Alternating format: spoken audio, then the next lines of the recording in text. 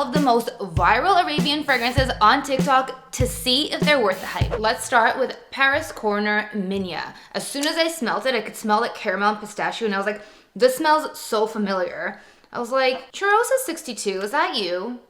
And it is. It is so similar to the scent.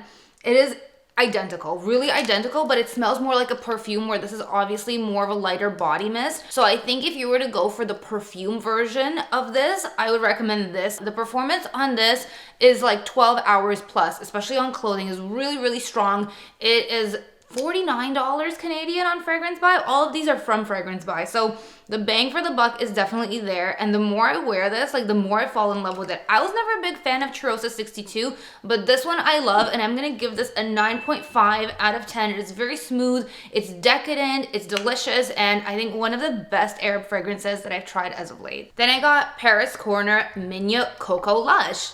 And this one smelled a little bit familiar, except that it smelled like it was taking a bath in gasoline. It was like some raspberries decided to take a dip in coconut milk and then just splash through a bit of gasoline. So that was not great. The opening is pretty horrible, but I was like, this smells familiar. It doesn't really smell like any Ariana Grande fragrance, except then I went sniffing through all of them, and it does in fact smell like Thank You Next, minus the pickle vibe. If you know, you know. This is that, but it's more creamy and gourmand, definitely a lot more on the coconut, and it does actually dry down to a really nice scent on clothing.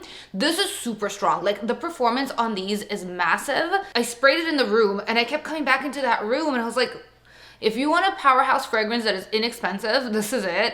You just have to make sure you like that kind of smell and get over the gasoline vibe. So I will give this one a 7 out of 10 because that opening is terrible, but it does dry down really nicely. Next up is Liam Gray from Lattafa. Obviously a dupe for BDK Gris Charnel. I've recommended this in the past as a great alternative. It really is a great alternative for the price point especially. This used to be like 29 bucks, but they keep raising the prices as the fragrances become more popular. So I wouldn't be surprised if this reaches a $50 mark. But compared to like $300, you know, it's literally 1/10 the price, but it's not 1/10 the quality. So I would recommend this. It's definitely this like milky fig and sandalwood scent with tea. It's for me a very rainy day type of scent. And smelling it out of here, obviously it smells a little bit inferior to the Gris Charnel, but not terribly so. I find this one actually a little bit easier to wear for me because it's a bit more like milky, and this one comes through a little bit more earthy on my skin. This has a bit more powder to it, so as a woman I find this more wearable. I'll give this a 9 out of 10. It is super close, great performance too, like 10 hours plus. All of these Arabian fragrances, the performance for the dollar spent is out of this world. Mystic Bouquet from Afnan. This is a really beautiful peony, peach, orange blossom, and musk type of scent. As soon as I smelled it, it was like, it's Valaya. And even a little bit like Fleur Narcotique from Ex Nihilo, but a lot closer to Valaya. I would say 80% Valaya. When I smell this one, I smell more orange blossom, and when I smell this, I smell more aldehydes in the opening, but they dry down extremely similar. It is super strong. 2 sprays was borderline too much. Insane performance, 80% clone of Valaya. So I will give this an 8.5 out of 10. Personally, I don't really love this iteration of that scent. I prefer Fleur Narcotique or even Orman Jane Levant, but that's a talk for another day. Her confession, look at this, is basically a sculpture. This is from Lattafa. And this is a milky kind of coconut suntan lotion vibe. This is supposed to be a dupe for Blanche Bette from Liquid Imaginaire. I have not tried that fragrance, so I can't rate the dupage, but this is a milky kind of vanillic tuberose. And to me, I'm smelling bits of coconut. It's coming through very coconutty. It's smelling a bit like suntan lotion vibes to me.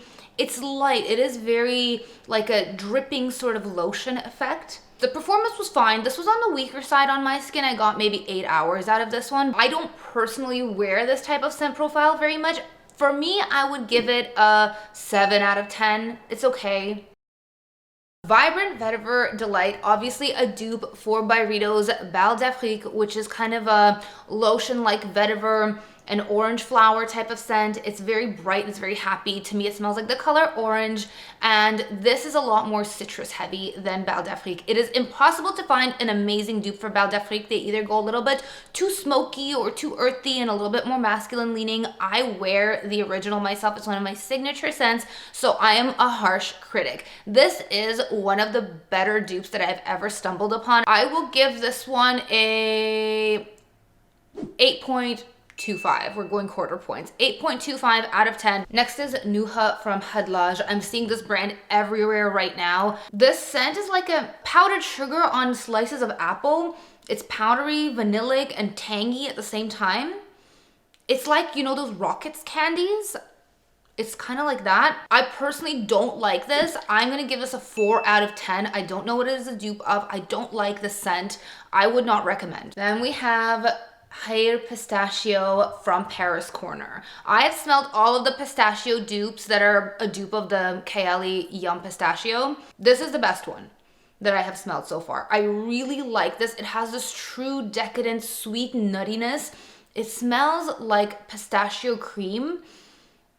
It's so nice. It is really one of the only gourmands that like I think are really, really yummy from all the Arab fragrances that I've smelled. I'm not a gourmand lover. I'm very, very picky. I like nuts. I don't like gourmands.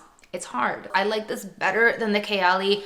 I would give this a 9.5 out of 10. I love it. It's one of my Arab fragrances for life. I've dragged this one until the end because this is where I lose you. I have an unpopular opinion on Eclair, even though it is a very good dupe for Bianco Latte. And I think if you love Bianco Latte and that scent profile, it's a great dupe. It's not as nice as Bianco Latte. Bianco Latte is more smooth and silky. It's deceptively strong where when you put it on, you don't really realize how strong it is. I only have a small sample. Generally, not a fan of this. I don't like it. To me, it smells like kind of cheap powdery vanilla. There are a lot more impressive caramel type vanilla fragrances out there. I talked about them in this video here where I talked about the fragrances that destroy Bianco Latte. This is a really, really great alternative though. So if you do like that scent, no judgment, wear it, love it. I'm sure it smells great on you. It doesn't smell great on my skin.